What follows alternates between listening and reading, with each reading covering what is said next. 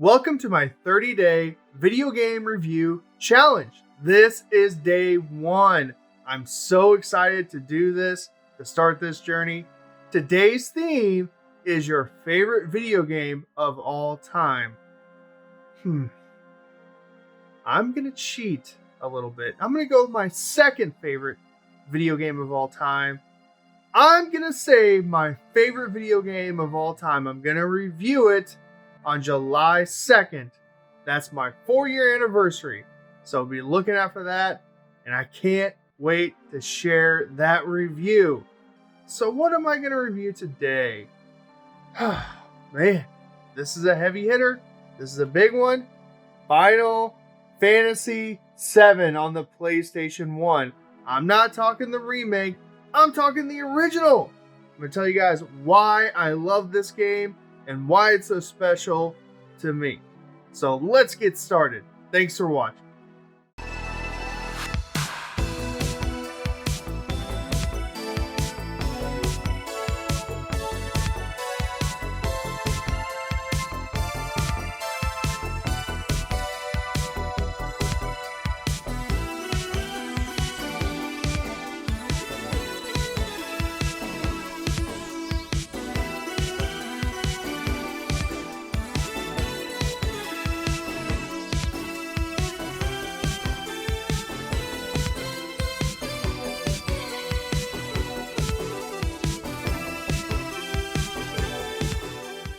So before I get into the review, one thing I want to tell you guys, you can follow along with my journey on this 30-day video game challenge on Facebook at Retro Tony. I'm going to do this every single day. I'm going to update what the theme is and also what the game is that I'm going to be reviewing.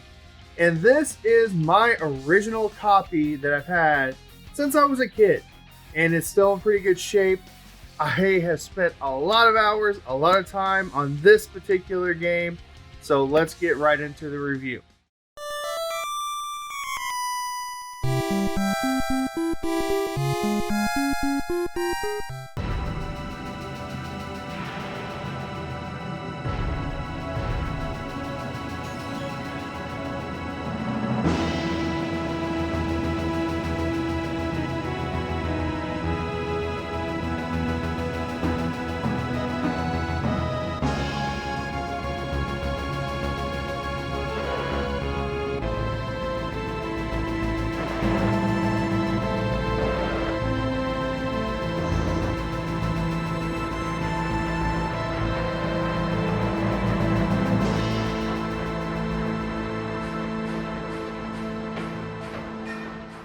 If you don't know about Final Fantasy by now, you might be living under a rock.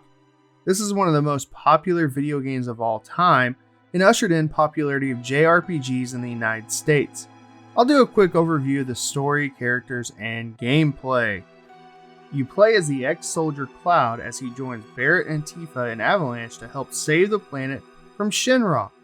You start in Midgar in the slums by destroying Mako reactors. Making your way through Midgard, Cloud meets Aerith, the last surviving ancient. Shinra and the Turks, they want to hunt her down because of the promise of the ancients leading them to the promised land. Aerith gets captured eventually, and Cloud, Tifa, and Barret, they plan a rescue attempt. Once inside the Shinra building, Cloud's past is brought up. Jenova and Sephiroth are revealed as the true villains of the game. Sephiroth wants to obtain the black materia to summon Meteor to destroy Gaia. Along the way, you meet Red 13, Yuffie, Vincent, Kate Sith, and Cid. Your goal is to stop Sephiroth and possibly yourself. Shinra is in the mix in the story as well, and it's so twisting and turning. Over 3 discs, you're going to have a lot of fun with the story. I won't spoil the story, but let's just say you need to complete it more than once in order to understand all of the murky parts of the story. This is a turn-based RPG, a lot of random encounter battles and boss battles. You will gain levels through experience points, and you can level up your materia, which is your magic and various abilities you can use in battle. You can also find and buy new weapons and armor to help you on your quest. Another cool feature is the limit break system. I love maxing out all of my characters' limits to see what they can do. There are also a lot of mini games along the way, like the bike game, snowboarding, and the sub game. It's a Final Fantasy tradition to have these mini games, and they're a lot of fun. A nice little distraction from the main quest or the side quest. Now, as far as the game itself, it's very linear, but it feels like there's a lot of side quests to keep you happy. The ultimate weapons and the gold chocobo breeding, they are nice additions to the overall game. You'll be playing this game from around 30 to 60 hours depending on grinding or your side quests. There are a lot of different ways to play Final Fantasy VII. First, the PlayStation 1. There's also a PC version. You can play on Steam, the Nintendo Switch, or the PlayStation 4. I highly recommend that you either play on the PlayStation 4 or the Switch. It goes for $16. Sometimes it's on sale, you might be lucky. The physical PlayStation 1 edition, it's going for $50 right now, and that's because of the Final Fantasy VII remake. I think that made it popular. I think the demand is up for it a little bit. But again, the PlayStation 4 version is really well done. It's a remastered version, and there's also a few little extras that you can do. You can actually turn the battles off. You're going to have faster battles. You can also make your character invincible.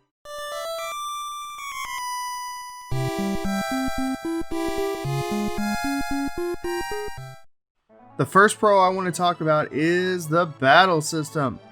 I never get sick of the battle system. I enjoy the active time battle, which is what Final Fantasy is known for.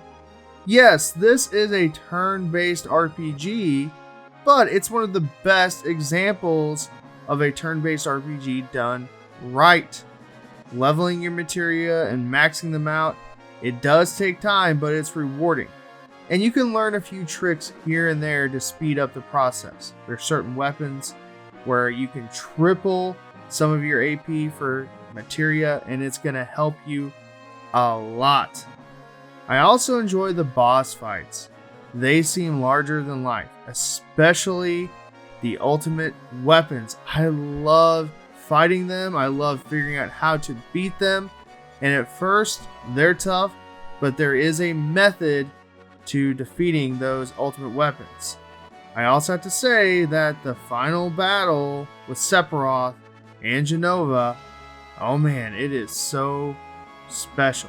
So you're going to have a lot of fun with the battles. The next pro I want to talk about are the characters themselves. This isn't your typical RPG set in a medieval Middle-earth setting. It's set in a futuristic steampunk setting, and the characters reflect this setting. They almost seem like real people with real-life problems. The thing I like the most about the characters is that they all seem to have a deep, complicated past, normally involving Shinra. Yes, those stories are explained in the game, but these characters' story arcs bring more depth to the overall story. It also gives you more empathy for the characters. I even like the villains and their background stories. I love Cloud and his complicated, was he a soldier, was he not a soldier, and just trying to discover his past and who he really was and is. One more pro I want to talk about are the cutscenes, or the FMV scenes. These cutscenes have not aged well, but back in the day of the PlayStation 1 era, these were amazing. It brought good gameplay and excellent graphics together. There's always been that debate of graphics versus gameplay. It really shows off what Sony could do versus the Nintendo with the Nintendo 64. They're very enjoyable and they do not take away from the story, but they add to the overall experience. One honorable mention I'm going to point out that's a pro is the soundtrack. I love the soundtrack. It's so good. It's so well done. And it'll stick with you long after you play the game. I listen to this on a weekly basis. It is so good. I love the battle theme. I love the overworld theme. I love the Sephiroth. orchestra, last battle theme, it's so good. The first con I want to talk about, the graphics. The graphics have not aged well at all. You can't really compare this to the Final Fantasy VII Remake that came out in 2020. But even if you do, you will see that the overall game doesn't hold up the original Final Fantasy VII. This is a minor complaint because of my love for the game and just how fun it is. It's not going to take away your enjoyment of playing through Final Fantasy VII, especially if you've never played it. If you played Final Fantasy VII Remake, you never played 7, it's not going to take away from the fun factor. One other minor complaint I have is the difficulty. Final Fantasy VII is not a hard game at all. You can figure out how to grind and make the game really easy, really quick. You can overpower your characters with materia and battling and grinding. The lowest level I was able to beat the game was at level 25. Of course, this was with the help of materia. Now, this doesn't take away from the fun factor or the story or just the overall game.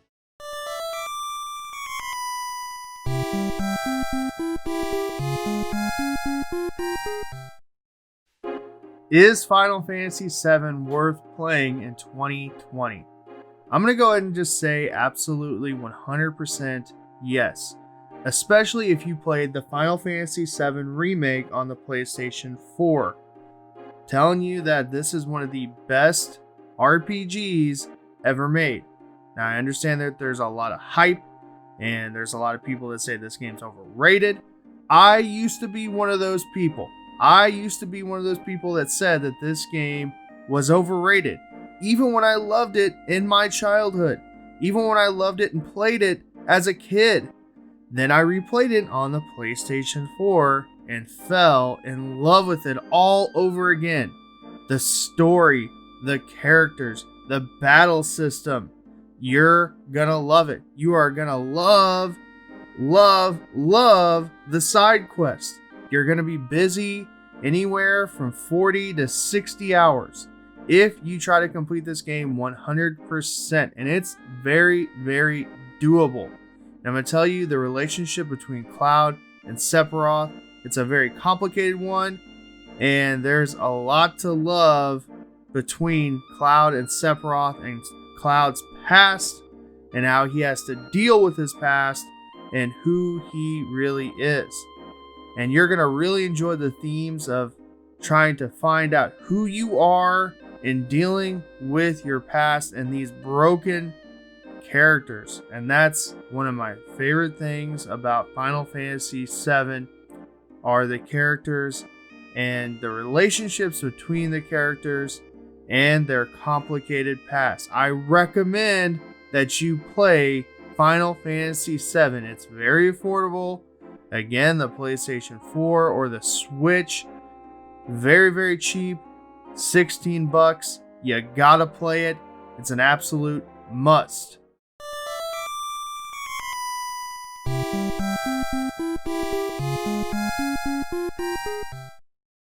So how does this fit my daily theme of my favorite game, quote unquote, second favorite game of all time? I'm going to tell you guys that when I was 13 years old, I played the living crap out of this game. I put in close to 200 hours and I tried my best to complete this game. I was obsessed with Cloud, Barret, Tifa, etc. and trying to stop Sephiroth. And over the years, I've had this relationship with Final Fantasy VII saying it's overrated, it's not that good, it hasn't aged that well. Well, I'm going to tell you that after playing it recently, playing it all the way through, completing it 100% again as an adult, it holds up. And there's a reason why there are so many spin-offs and sequels and remakes to this game. It is so good. I love this game. It holds up with the absolute greats in the genre of RPGs, and it's one of Squaresoft's best games that they've ever made. You gotta play it. I can't say it enough. You have to play this game. It is up there. It's tied with my favorite Final Fantasy of all time, Final Fantasy VI. And this is when you start to see that transition from 2D to 3D, and it is done well. Yeah, the graphics aren't the absolute best, but you gotta start somewhere.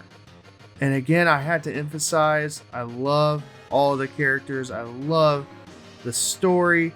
I just adore this game. And there's just so much fun to be had. And there's a whole community that is obsessed with this game and the remake and the movie and the sequels and prequels and everything in between. So yeah, it's up there as one of my all-time favorite games. Do you agree with me or not? Do you think that Final Fantasy VII, the original Final Fantasy VII, is overrated? Should you just stick to the remakes that are coming out? I don't know. The remake's okay, but to me, it doesn't compare to the original Final Fantasy VII.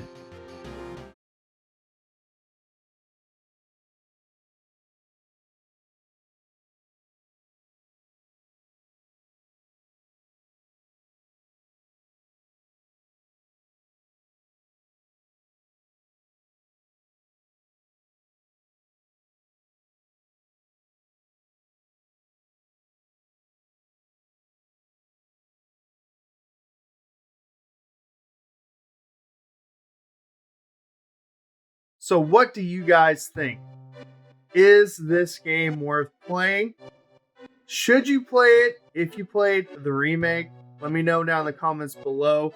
Guys, I love Final Fantasy VII. Nothing will change that and just how special this game is to me. Guys, I'm doing a giveaway. I am giving away a Super Nintendo Classic Edition. July 2nd, that's when the contest ends. All you have to do is subscribe to me. That's it. That's all you have to do.